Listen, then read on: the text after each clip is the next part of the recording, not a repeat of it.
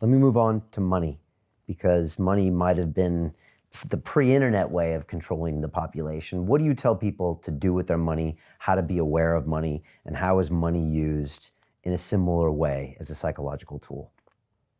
Well, money doesn't really exist. It's a theory. If you look at how the world's been acquired, it's been done by a banking scam where you lend people money that doesn't exist. We call it credit. And you charge them interest on it.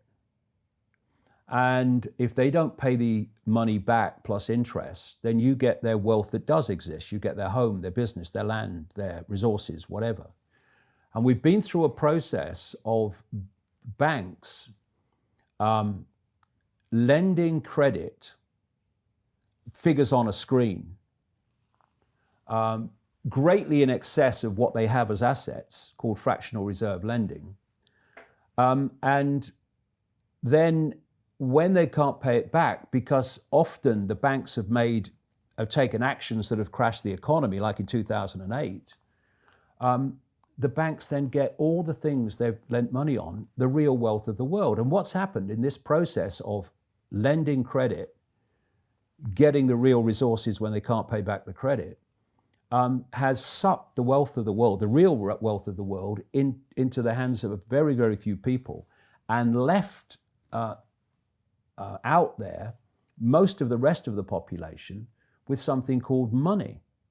And money only buys anything because we take it seriously.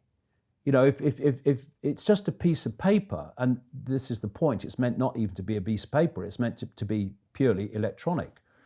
And so we have this fresh air money that is worth something because the buyer and the seller believe in it, and only because of that.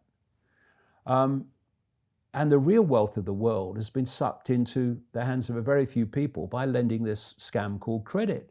Another interesting thing about this money situation is when you go to a bank and you say, borrow £50,000, they'll type into your account £50,000 in credit. Where's the credit come from? Here. But you're not paying back £50,000. You're paying back £50,000 plus interest. The interest is never created, only the principal. Because people think that governments create money. Money is overwhelmingly created by private banks issuing credit. That's how so-called money comes into circulation. So what this means is creating credit for the principal but not the interest, is that at no point is there ever enough money, credit or otherwise, in circulation to pay back all the debt and all the interest on the debt outstanding. So people losing their homes and their businesses and their resources, etc., is built into the system on purpose. Now, when there's an expansion of the money supply, an expansion of money in circulation, Peter paying Paul, that seems, to hide it to an extent. But once you squeeze the money supply, you take money out of circulation, it becomes obvious that there's nothing like enough money in circulation to pay back all the debt. So there's people losing their homes, their resources, their things that they own, for no other reason that there simply is not enough money for everyone to pay back the debt. So what do the banks do? Ooh, we'll have that. And this has been going on for centuries, and they've hijacked the real wealth of the world by doing this. And the next stage, which is in my books from the early 1990s, is the cashless society. I was pointing out, purely by knowledge of what this agenda was, that they were going to get rid of cash. And look at it. Cash is flying out of circulation. In some places like Sweden, it's almost totally cashless. They're shutting down bank branches, so you cannot interact with a bank branch locally with cash. You have to do it online because that's electronic money. And eventually they're going to take cash out of circulation. Why? Because when you go into a store now or anywhere and you give them a credit card, electronic money, and they say, sorry, the system won't accept your card, well, you can still pay cash. But when there's no cash in circulation, your electronic money, which is meant to go through a microchip eventually,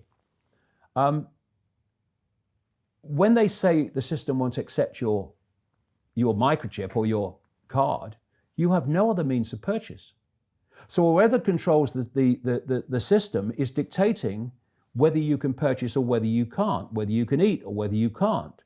And the only other alternative to that would be barter. And I'll tell you what the plan is. The plan is to ban barter, to make it illegal on the basis that they can't tax it.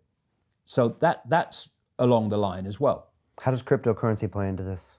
Well, what is cryptocurrency? Cashless society. Yeah. Now, and created by a private institution, another currency created by a private institution. Yeah, I'm not saying that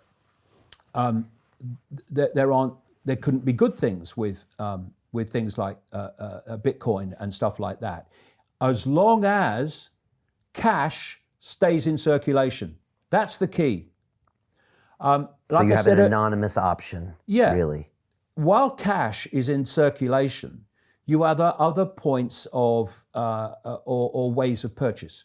Once there's no cash and you have only cashless digital currencies, then whoever controls them controls everything. And not only that, they can wipe your bank account. If you're a dissident to the system, as this moves on into more extremes, they can wipe your bank account. And it's just gone. Because all it is figures on a screen. You can wipe figures on a screen in a second. You can, from a central point, crash the entire economy by controlling digital money and digital processes. And the idea eventually, problem, reaction, solution, create the problem and then offer the solution, is to have a gigantic crash, which they will instigate. And then to overcome the crash, they will propose a totally new economic system of central control to be the solution to the problem they've created, which is crashing the economy. And the more control they have over money digitally, electrically, the easier it is to do that.